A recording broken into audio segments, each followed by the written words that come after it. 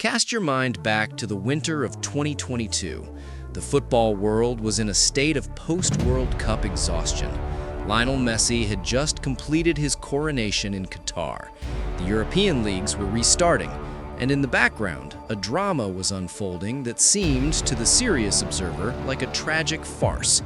Cristiano Ronaldo, arguably the greatest goal scorer in the history of the sport, was unemployed. His contract with Manchester United had been terminated by mutual consent, a polite euphemism for a firing. He had offered his services to the elite of Europe, Bayern Munich, Chelsea, Napoli, Real Madrid. One by one, the doors were closed. The consensus among the sporting directorate was unanimous. He was too old, too expensive, and too toxic. The narrative was set. The king was dead. He would fade into obscurity, perhaps playing a few exhibition matches in the United States, or simply retiring to his island in Madeira. Then came the announcement, a photo that looked like it had been photoshopped. Ronaldo holding a yellow shirt, flanked by men in thobes standing in Riyadh. The contract details leaked, and the world gasped. $200 million per year. The reaction from the Western establishment was a mixture of mockery and moral superiority. Pundits called it a retirement home. Economists called it financial insanity. Fans called it the end. They said he had sold his legacy for a check he didn't need. They said nobody would watch. They said he would be forgotten in the desert. They were wrong. What looked like a desperate retirement plan for a fading athlete was in reality the opening move of the most aggressive geopolitical rebranding strategy in the 21st century. This was not a football transfer. It was a hostile takeover of the global sports conversation. To understand what happened in January 2023, we have to stop thinking like fans and start thinking like auditors. We have to strip away the emotion of the game and look at the cold, hard mechanics of the sovereign wealth fund. Did Al-Nassr overpay? If you look at shirt sales, yes. But if you look at the gross domestic product, foreign direct investment, and the shifting axis of global power, the data suggests something uncomfortable for the European elite. At $200 million a year, Cristiano Ronaldo might just be the cheapest asset the Kingdom of Saudi Arabia has ever acquired. In the vacuum of football wages, it is grotesque. It shattered the ceiling established by Messi and Mbappe. But football is a small industry. In the context of global business, $200 million is a rounding error. This contract was not funded by the organic revenue of Al-Nassr Football Club. Al-Nassr, prior to Ronaldo, generated revenue comparable to a mid-table Belgian team. They could not afford his left boot, let alone his salary. The bill was footed by the Public Investment Fund, the sovereign wealth vehicle of the House of Saud. The PIF manages assets in excess of $700 billion. To the PIF, $200 million is roughly 0.02% of their portfolio. It is the equivalent of the average British household spending £10 on a lottery ticket. Critics immediately pointed to the break-even point. They produced spreadsheets showing that Al-Nassr would need to sell 10 million shirts to recoup the investment. They analyzed ticket sales at Al Awal Park. They crunched the numbers and declared the deal a financial disaster. But this analysis makes a fundamental category error. It assumes Al-Nassr is a business designed to make a profit. It is not. It is a marketing vehicle designed to burn cash in exchange for influence. In retail economics, there's a concept known as the loss leader. A supermarket sells you milk at a loss. They lose money on every single carton. Why? Because the milk gets you through the door. And once you're inside, you buy the bread, the wine, and the electronics where the profit margins are hidden. Saudi Arabia is the supermarket. Ronaldo is the milk. The basket of goods they are trying to sell is not football tickets. It is Vision 2030. It is a diversified economy independent of hydrocarbons. It is a tourism industry that rivals Dubai. It is a seat at the G20 as a modern, digitized superpower. When you view the contract through this lens, the math changes. If a corporation like Apple or Coca-Cola wants to launch a global rebranding campaign to shift the perception of 3 billion people, they budget in the billions. Saudi Arabia achieved global ubiquity for a fraction of that cost. Consider the alternative. If the Saudi Tourism Authority had attempted to buy commercial airtime on every major sports network in the world, Sky Sports, ESPN, Canal+, DAZN, for 90 minutes every weekend for 9 months of the year, the cost would be astronomical. It would be logistically impossible. By signing Ronaldo, they didn't have to buy the airtime. The broadcasters came to them. They got the coverage for free. The Ronaldo tax was simply the entry fee to the global stage, and compared to the cost of traditional diplomatic lobbying or conventional advertising, it was a bargain. Before January 2023, the Saudi Pro League was a ghost product outside of the MENA region. It was a domestic league consumed internally with zero international relevance. The international broadcast rights were bundled into obscure packages that often went unsold. If you wanted to watch a match in London or New York, you would have to resort to illegal streams. There was no supply because there was no demand. 48 hours. That is how long it took for the landscape to invert. Upon the announcement of the signing, the phones at the Saudi Pro League headquarters began to ring. IMG, the global heavyweight of sports media distribution, was brought in to handle the sudden flood of interest. Within weeks, the league was being broadcast in 140 territories. Major networks, Sport TV in Portugal, Gazzetta in Italy, DAZN in the UK, Cosmote in Greece, cleared their schedules. These are broadcasters that operate on strict commercial logic. They don't buy content out of charity. They bought the rights because they knew the audience would follow the asset. This created a phenomenon media analysts dubbed the Ronaldo Cam. Directors instructed camera operators to keep the lens trained on the Portuguese captain, even when the ball was at the other end of the pitch. But here is the genius of the strategy.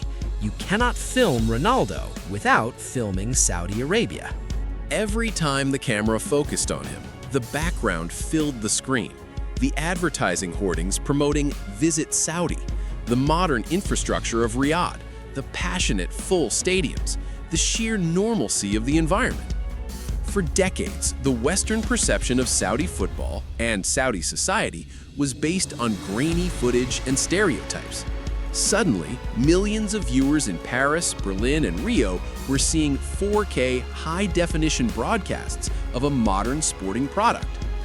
This is normalization via association. We saw the brand equity of the league explode. The social media accounts of Al-Nassr grew by 400% in days, surpassing historic European clubs like Inter Milan and Ajax. Critics will argue that people only watched for Ronaldo and that viewing figures dropped when he wasn't playing. That is true, but it misses the point. The door was opened. The psychological barrier to watching Saudi football was shattered. Compare this to the Chinese Super League experiment of 2016. China spent billions bringing in players like Tevez, Oscar, and Hulk, but they never signed the alpha. They never signed the absolute best player in the world. As a result, nobody outside of China watched the matches. The broadcasters didn't care. Saudi Arabia learned from China's failure. They understood that to move the needle, you don't need 100 good players. You need the one player who commands the eyes of the world. They bought the only asset that came with a guaranteed global audience attached. The client here is not a football club president.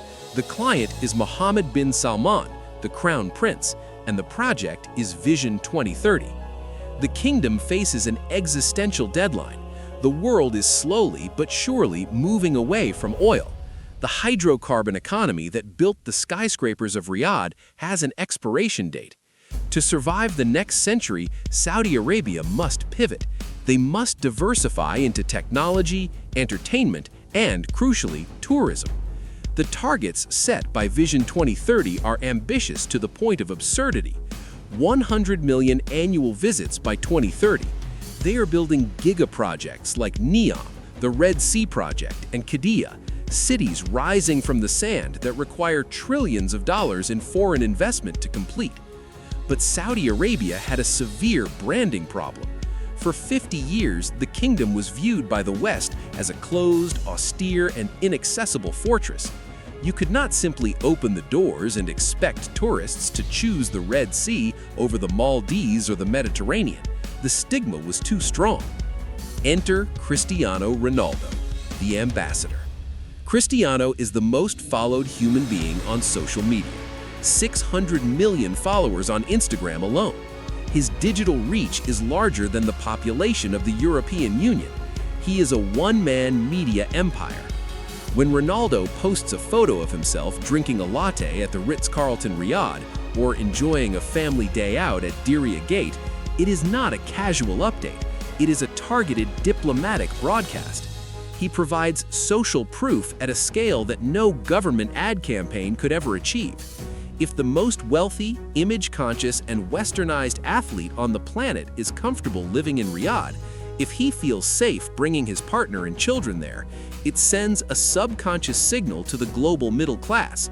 It is safe, it is modern, it is open for business. Independent media valuation firms have attempted to quantify this soft power.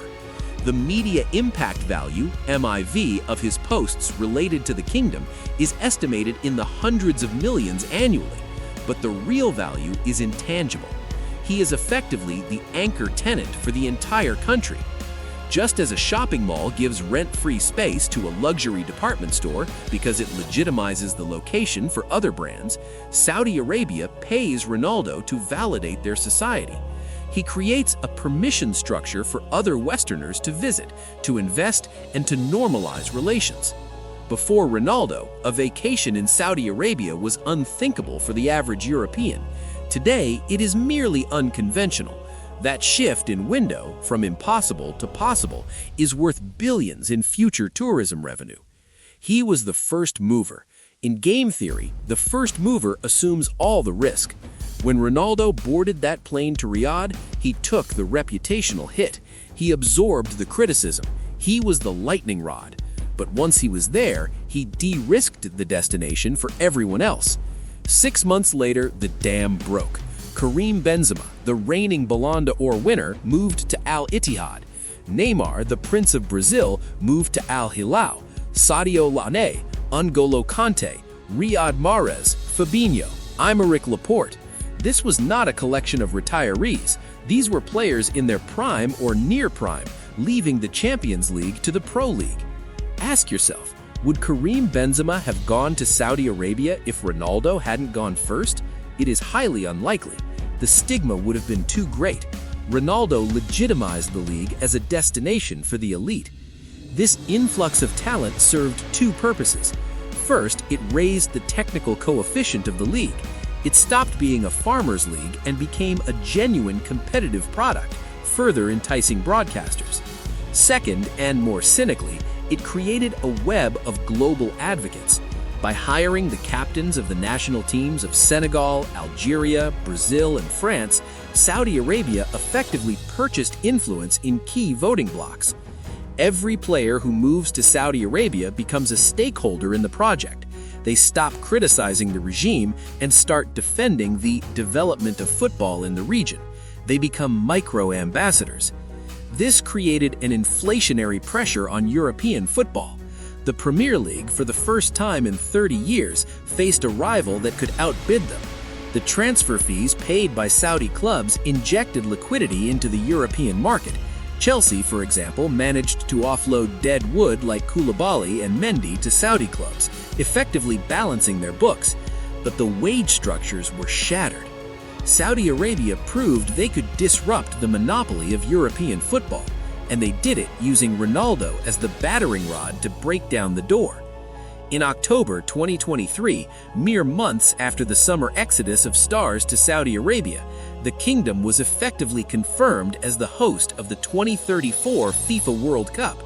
The speed of this victory was breathtaking. Australia withdrew its bid. Europe was out of the cycle. The path was cleared with surgical precision. This was the Checkmate. Winning a World Cup bid requires more than just money and stadiums. It requires political capital and legitimacy within the footballing ecosystem. It requires the voting nations to believe that you are a real football country. Qatar faced a decade of relentless criticism because they had no footballing history, no domestic league of note, and no stars. Saudi Arabia watched Qatar struggle and decided to engineer a different path. By the time the 2034 bid was formalized, the football world had spent a full year watching Ronaldo, Benzema, and Neymar playing in Riyadh. The shock of Saudi football had worn off. It had been normalized. Ronaldo was the Trojan horse. He carried the legitimacy of the sport into the kingdom. When Gianni Infantino, the FIFA president, speaks about the global growth of football, he can point to the Saudi Pro League as a success story. He can point to the full stadiums and the global superstars. Without Ronaldo, the 2034 bid would have faced the same vitriol as 2022. With him, the conversation had shifted. The criticism was still there, but it was quieter. The presence of the legends acted as a shield. The ROI of hosting a World Cup is often debated. Economists argue that the event itself rarely makes a profit. But for a nation trying to rebrand itself, the value is existential. It is the ultimate graduation ceremony. It is the moment Saudi Arabia officially declares itself a modern, central player in the global community. Ronaldo didn't just sell shirts, he delivered the World Cup.